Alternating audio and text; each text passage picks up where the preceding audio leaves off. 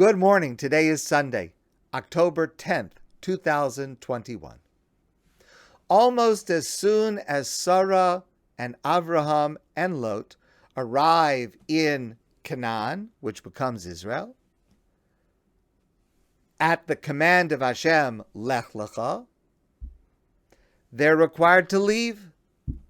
There's a famine in the land, and they go to Egypt, where there is food. And the Torah says as follows: Vayhirav ba'aretz, there was a famine in the land, Vayered Avram Mitzrayma lagur sham, ki kaved hara ba'aretz. Vayihi kasher hikriv lava Mitzrayma. And it was as they were about to approach Egypt, Vayomer al Sarai ishto, Avram said to Sarai his wife, Hine no yadati, I realize Ki isha yifas mare'at, that you are an exceedingly beautiful, physically beautiful woman. V'hoya ki yiro osach hamitzrim v'amru ishtozos, and it's going to happen that if the Egyptians say, who is this woman? And we are to answer, well, she is my wife. V'hargu osi v'osach yichayu, they're going to kill me and take you. Therefore, Avram says to Sarah, Imrina, please, I'm asking you for this favor. Say, if anyone asks who you are, Achosiat, say that you are my sister. Leman yitav li bavurech, in order that it should be good for me on your account. V'chaysa nafshi biglaleth, and my life will be spared because of you. It's a shocking passage, because what about the moral issue? How could Avraham lie and ask Sarah to lie and potentially, and actually as the story unfolds, put Sarah in danger? Because as we know, Sarah is taken to Paro's palace, and she is put in danger. So how could Avram say something that might save him, but it puts her in greater danger? Plus, does Avram actually mean to suggest that he may benefit from this scenario? Leman yitav li bavurech, in order that it should be good for me? Wait a second, where's the morality in that? You say something that's going to put you in danger in order that it should be good for me. Is this the right person for God to choose to start the Jewish people and the Jewish nation and Jewish values? How is the morality of this scene supposed to work out? This week, as we study the Parsha of Lech Lecha, we begin again the study of our Avos and Imahos, Avraham, Yitzchak, Yaakov, Sarah, Rivka, Rachel, and Leah, and the other heroes of the Torah about whom we will learn in the coming weeks and months. About whom we are taught, Maaseh Avos Siman Labanim, the actions of our patriarchs and matriarchs. They're not just history. They're not just stories for us. They are siman labanim. They are signposts for us, guiding us through life. They are lessons in values that we are supposed to emulate. They set the means and the patterns and the norms for how Jews should act. And in doing so, they complement the Torah's lessons in deeds, which is the mitzvos. Complementing that is the Torah's lessons in values, which comes from these narratives, emulating the avos and imos. And we have a fundamental debate about how we are to approach the study of these people. how we are supposed to learn the lessons and values. This debate has existed throughout Jewish history, and it continues today, and it underlies how we study every part of the Torah. Now, I do not have a complete solution for the problem that I'm going to outline with you this morning, but it is the basis of how we learn from the narratives in Bereshis and throughout the rest of the Torah. And however we understand this dilemma that I'm going to share with you, we have to somehow grapple with both sides of this debate, starting today and while we study every single narrative in the Torah. So let's go back to our original question. How could Avram suggest a strategy that puts Sarah in danger and appears to save himself? A number of scholars answer that original question in the following way. Rav Shamshon Hirsch is one of those who gives this answer. And he says, what Avraham did and said was 100% correct and moral. Because as Avraham and Sarah feared, Mitzrayim, Egypt, was a place of danger. Because of Sarah's beauty, because of the immorality of the people living in Mitzrayim at that time, the fact that Avram and Sarah were married to each other meant that Avraham was in a situation of sakanas nefashas. His life was in danger.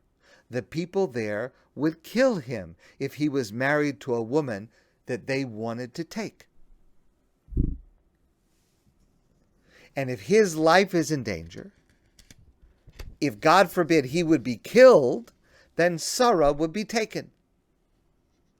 That was the assumption of what would happen. And therefore, in Avraham's judgment, there were only two choices. Either Sarah is taken and Avraham is killed, in which case there is no one left to save Sarah. She's doomed. Or Sarah is taken and Avraham remains alive by claiming to be her brother, and then he has a chance to save her. Explains Rav Hirsch, when Avram says, Imri noach chosiat leman yitav li bavurech, say please that you are my sister in order that it should be good for me on your behalf, it means if they think that you are not married to me and that you are my sister and I am your brother, they are going to treat me well and not kill me, meaning they're going to keep me alive. There's no reason to kill me if they can take you and you're not married to me. Which means V'chaisa nafshi biglalech. They will keep me alive because of what you say. If you say you're my sister, they have no reason to kill me. And I will be able to save you. In fact, that's exactly what happens. And therefore, says Rav Hirsch, the lie was called for. It was permitted under the circumstances. It was appropriate to the situation that they faced.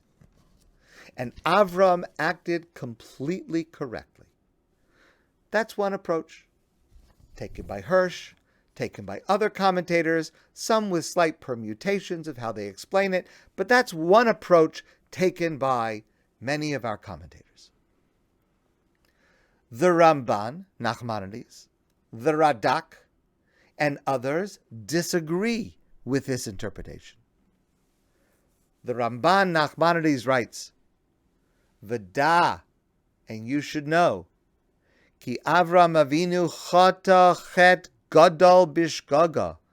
Avram Avinu committed a great sin, not a willful sin, an inadvertent sin, but a great sin nonetheless. Shehevi ishto atzadekes b'michshol avon. He brought his righteous wife to a situation of placing her in danger. He did it mipnei pachto pen yargeu. He did it because he was afraid that maybe he would be killed, but he did not have the right to put his wife in danger just because he was worried about his own safety. We have a general principle in Jewish life. We're not allowed to sacrifice one life to save another life. He should not have done that, says the Ramban and the Radak and others. He should have found some other way.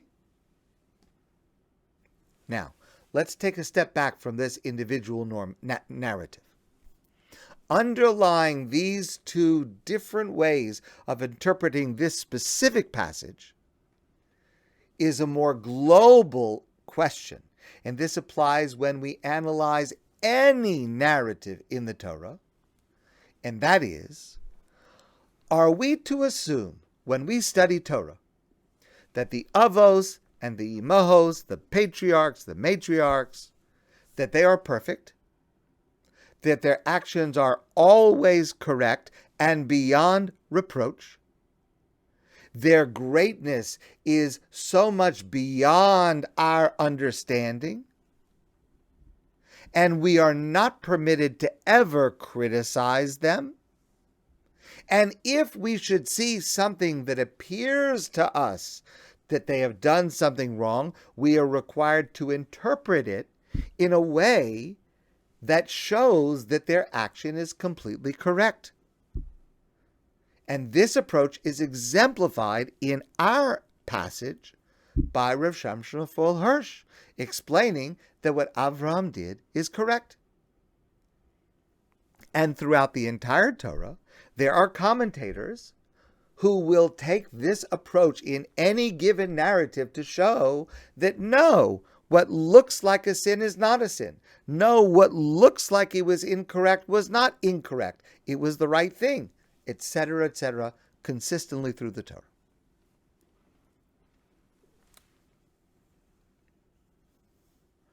And while there are many scholars and commentators who support that approach, there are also many scholars that take a different approach. We look at them as people. Great people, but still people capable of making mistakes. And sometimes the lesson we learn from them is what not to do, how not to behave. And there are many scholars who support this view. For example, in our passage, the Ramban, who criticizes Avraham for what he says. And both of these approaches, explains Rabbi J.J. Schachter, are problematic. Because to say that they're perfect and we cannot find fault with them, well, how can we learn from their virtue if we don't have the perfection that they had? How can they serve as role models for us? How are we supposed to emulate them when our rabbis tell us, Maisa Avos Siman Labanim, their actions are supposed to act as role models for us, but we're nothing like them. We're not always perfect. We have shortcomings. How can we be expected to live up to what they do? How can we even appreciate their greatness without knowing that sometimes they fell short and they struggled? If they didn't fall short and struggle ever, then how can we learn from them? Plus, what do we do with all the statements in our rabbinic literature, in the Talmud, in the Midrash, that do find fault? For example, the Talmud says that we were slaves in Egypt because of certain shortcomings of Avraham. and statements that find fault with every one of our heroes in the Torah. On the other hand, to say that we can criticize them is also problematic. Where do we draw the line?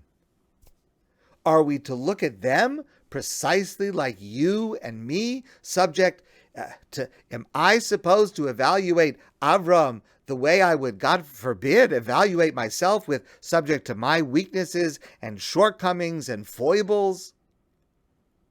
Clearly, we say in our prayers, Elokei Avram, Elokei Yitzchak, Elokei Yaakov, that Avram, Yitzchak, and Yaakov were so much greater than we can even imagine. They had a connection with God. They stood on a spiritual level we can never hope to reach. They were living their lives in a completely different dimension. Far be it from us to apply our standards that we would apply to ourselves, to apply to these great people so much greater than we can even imagine. So the question for us is, where do we draw the line? What is legitimate criticism and what is illegitimate criticism?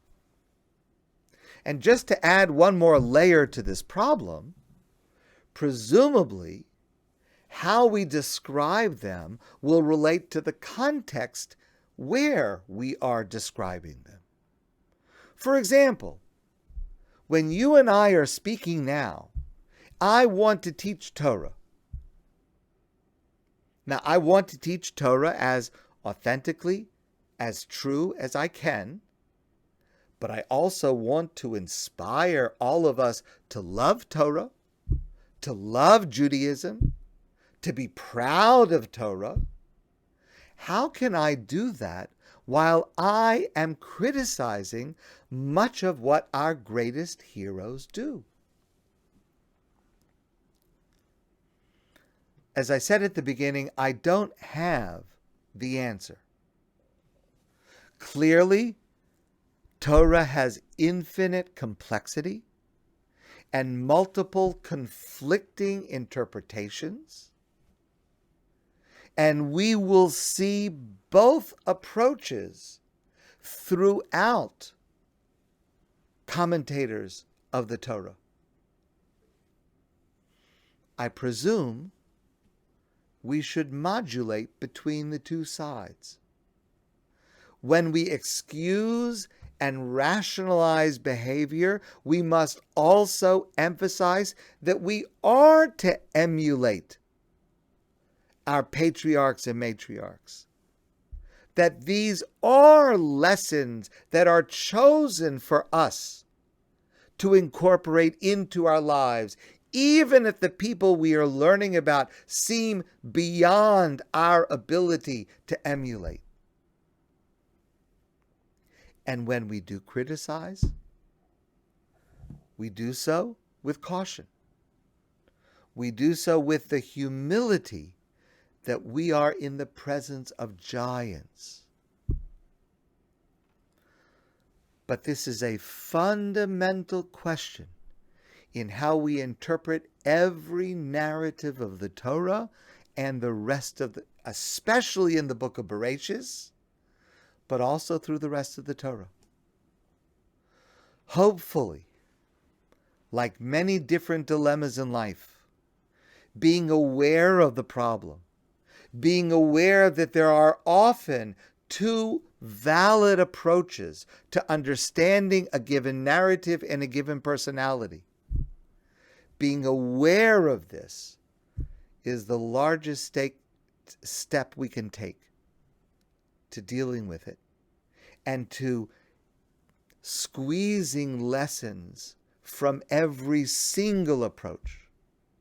One approach here and a different approach there that will elicit for us a combination of lessons that we can incorporate into our lives. My friends, I want to wish you a great day, and I look forward to seeing all of you soon in person.